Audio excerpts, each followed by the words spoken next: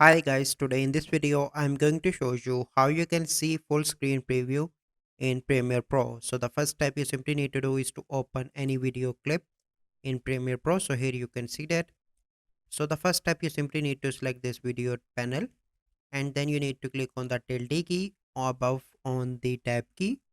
So here you can see that, but now I'm going to show you how you can see full preview. So you simply need to click the tilde key to get back to the previous panel.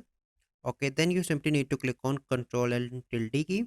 So here you can see full screen preview, and if you want to go back you simply need to click on Control and tilde key. So this is the process by which you can see full screen preview in Premiere Pro. So I hope you find this video helpful. If you find this video helpful, must like this video, subscribe to our YouTube channel for future videos. We'll see you in the next video. Thank you. Have a good day.